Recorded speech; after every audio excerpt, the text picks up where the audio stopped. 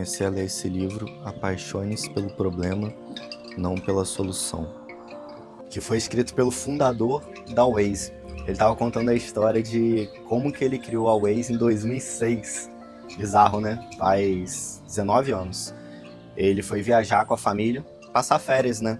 Com a família a uns 300 km de casa. E aí terminou as férias, tinham 10 carros, né? Família muito grande. Todo mundo saiu primeiro, ele ficou por último, porque ele tinha 4 filhos, ia até arrumar tudo e tal.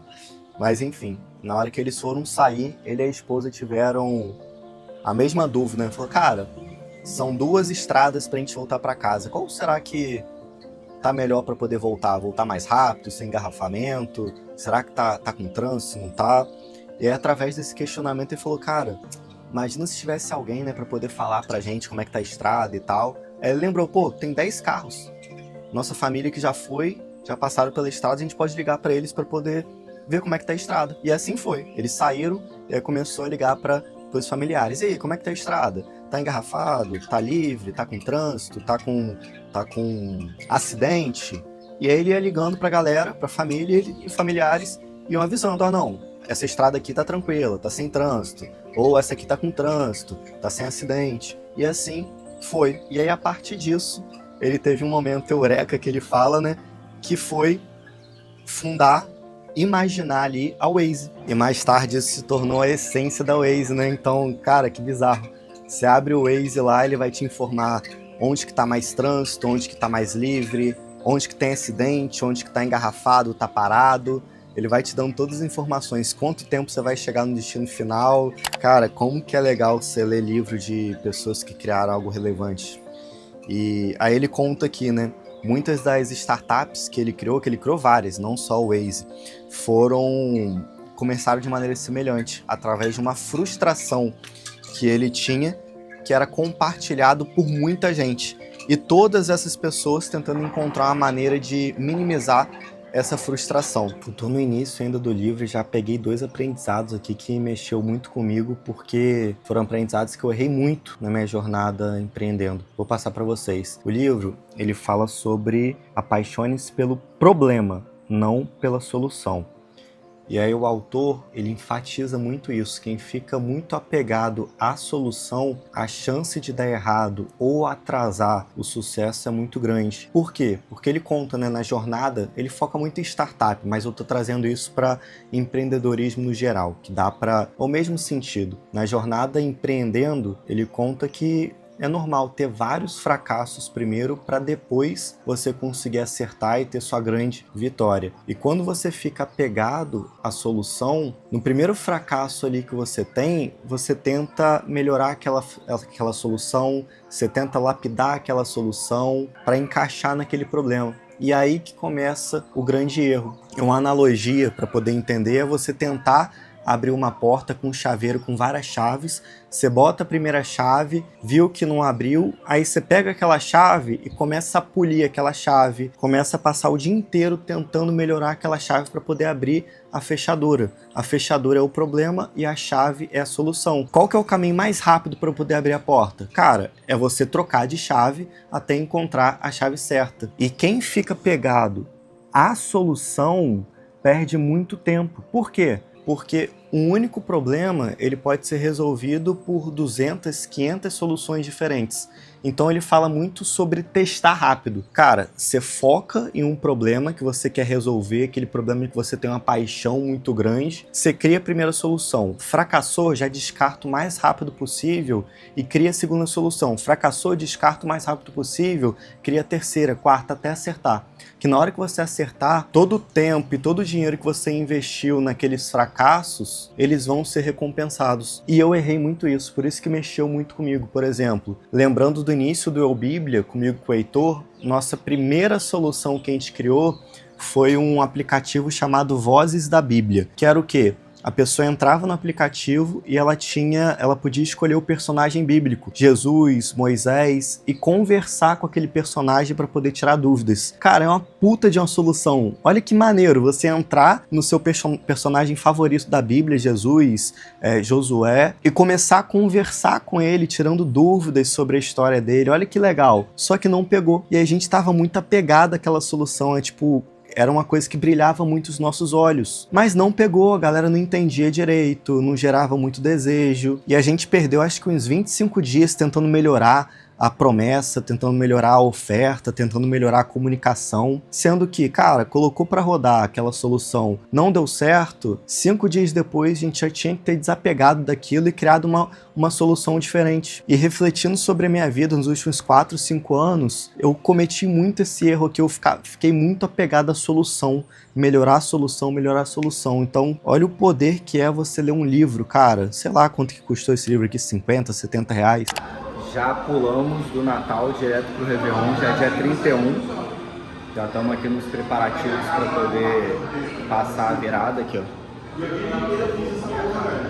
Vou mostrar para vocês aqui as comidinhas que a gente tá. O pessoal comendo aqui, ó.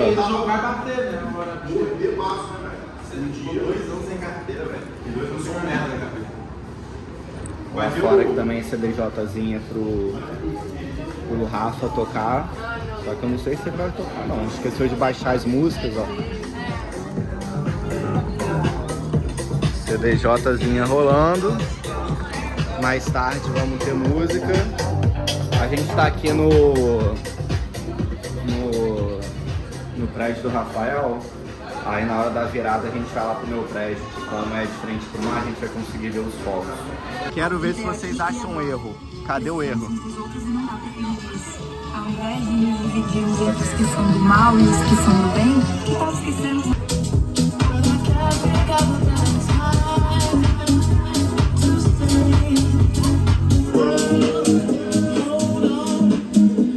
Feliz ano novo! Fala, executores! Fala, executores! Esse que é o Heitor! Mais um ano aí, ó, juntos. Vambora, mais um ano juntos, ó. Fala, executores! Estamos aqui, ó.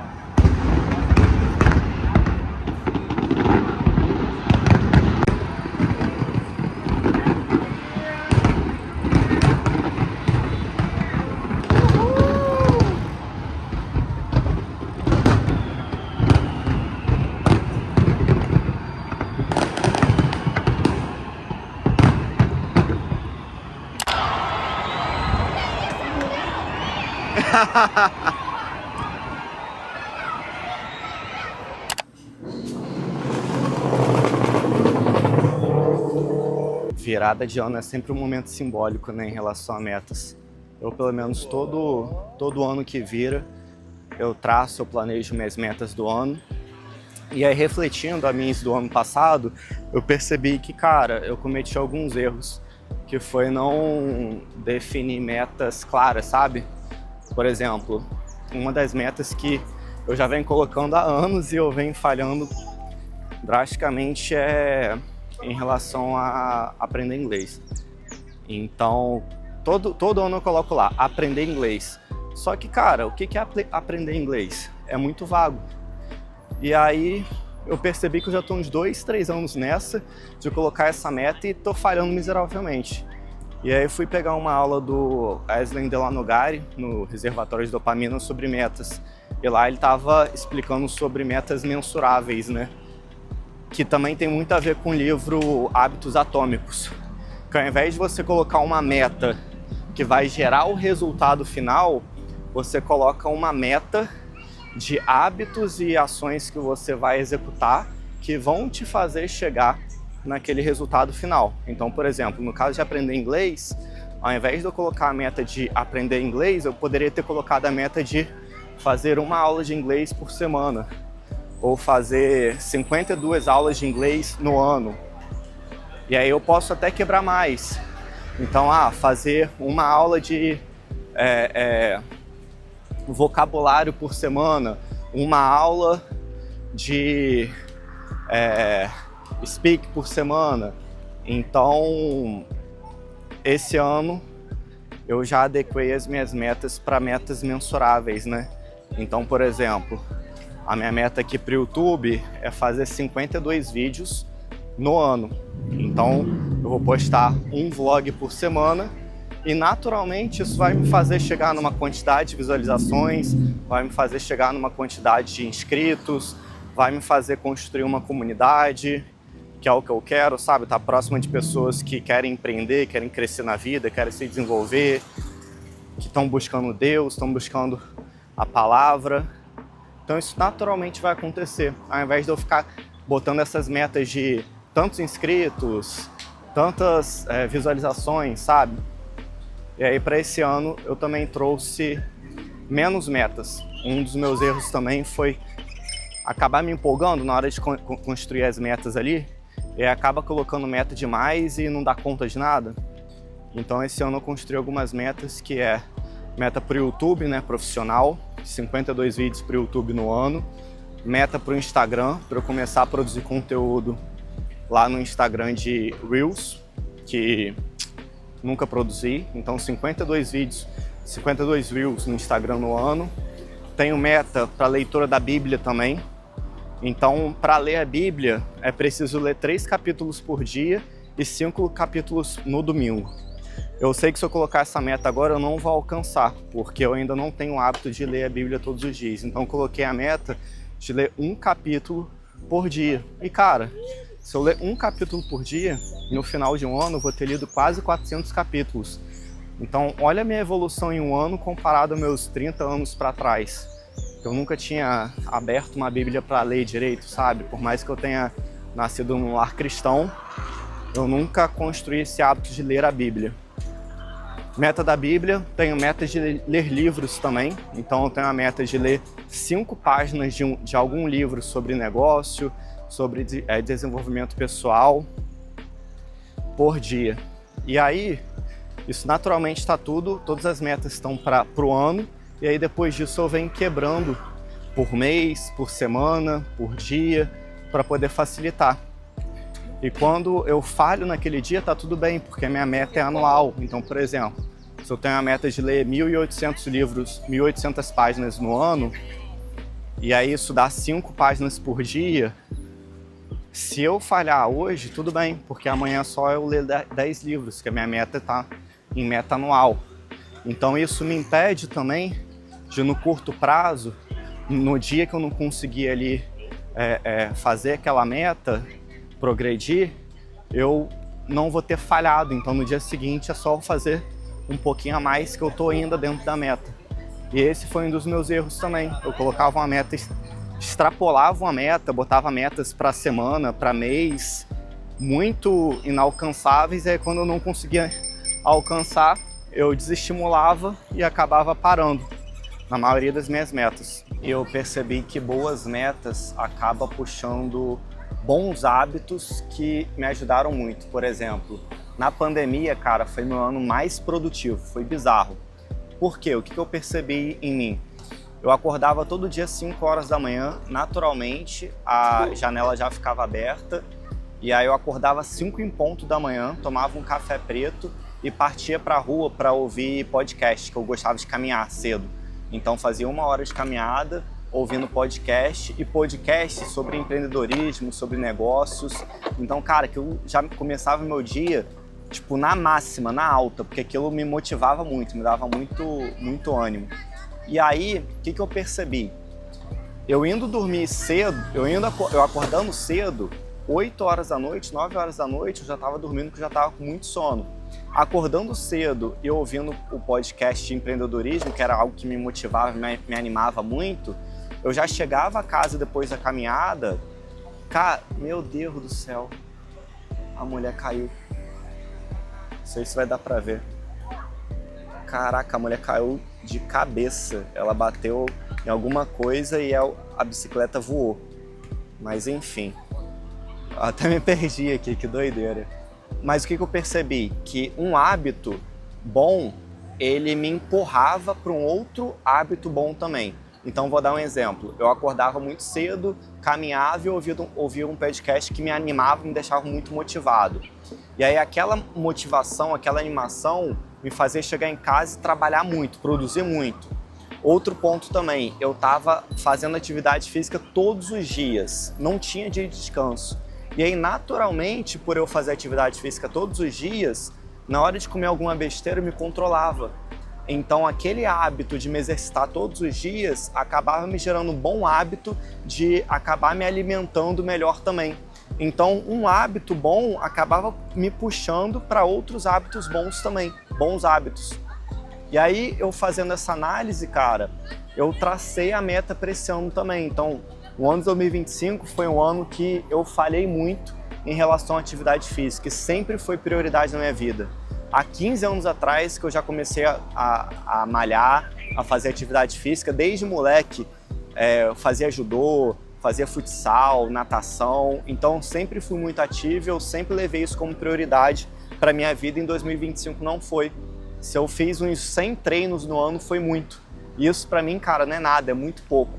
Eu percebi que esse bom hábito que eu tinha, que eu não cultivei em 2025, puxou meus outros bons hábitos para baixo também.